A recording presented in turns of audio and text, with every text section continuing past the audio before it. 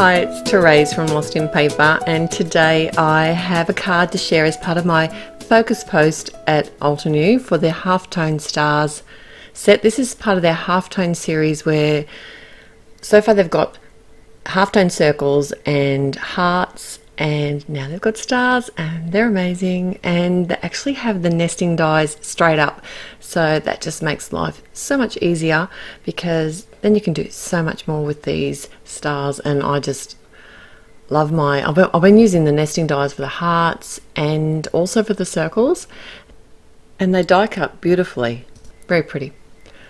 So what I thought I'd do was make a really clean and simple card. Well, it's not clean and simple. It looks busy, but it is actually quite a simple card. And I wanted to cover a whole background with these stars, and I saw a picture of a quilt and it just inspired me to sort of flow the colour from one side of the card to the other. So what I did was just chose a stack of different colours, and I kind of was keeping it a little bit masculine. I didn't want to bring in the pinks and all the pretties because I need more masculine cards in my stash. I don't know about you, but I have a lot of beautiful female, girly cards with flowers and stuff, but masculine, no way. So anyway, what I've done here is actually just stamp out all the different sizes of the card. Stamp out all the different sizes of the star using colours and just flying them sort of from one side to the other, but also kind of making sure that they sit visually nice on the card too. So I just play with this a little bit along the way until I'm happy. And I did choose the stars that have the centre. There's two different style of halftone, and there's some that have like a centre that's more solid and some that have the base that's more solid. So I'm just working out now. This is actually a piece of cardstock that I'm going to cut down to put on my card front, and I figured that way it gives me a little bit of leniency.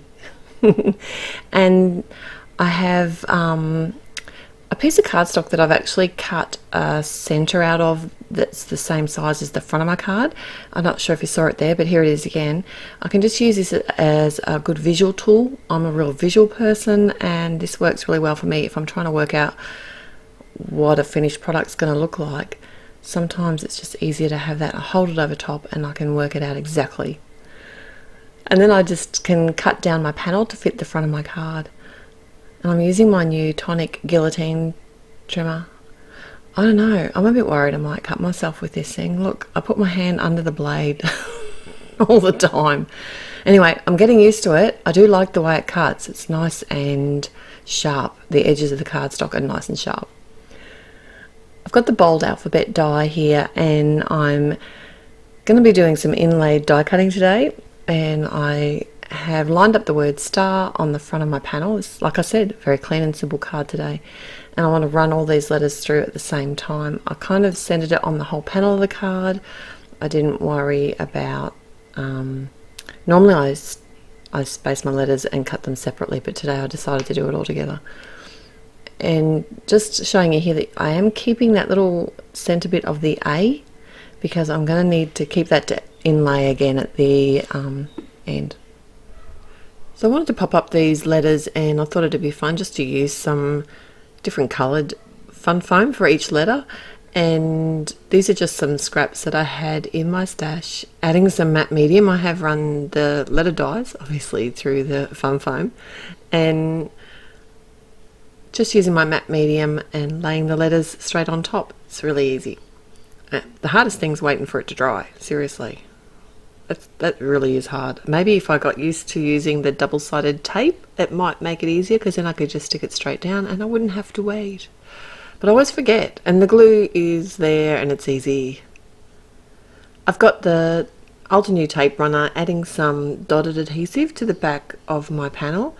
So this is a top fold card that I'm creating today, and the best thing about the dotted adhesive is that I can go over those little bits of the word star, and it just adds dots of glue, and it only adds it to the cardstock. The other thing you could do if you didn't have dot adhesive is use a liquid glue there as well. I don't like using liquid glue over the whole panel. I find that my card, if I use too much, it can warp a little, and I don't like that. So I've just popped that on top of my card front, and then the rest of my sentiment is going to come from a set called Sentiments and Quotes. It's an older set, and I just selectively stamped this just to get the word rock. The actual whole sentiment says rock star, and to make it pop on this really busy background, I did stamp that out on some Autumn Blaze cardstock and cut it down. Then all that's left to do is to add the liquid adhesive again, just where the letters are, making sure that I got my S the correct way around. I don't know if you noticed, that would be easy to muck that up because I want this to match the background pattern, and just going to pop those in place like a jigsaw puzzle, and then I can just add that little piece from the center of the A back in where it's meant to be. And I just used some foam squares to add the rest of my sentiment. So because this is a focus post for the Halftone Stars and Altenew, there are actually 2 more cards that I've made using this same stamp set. So head on over, the links will be below, and I look forward to seeing you at the blog. Till next time, happy paper crafting. Bye.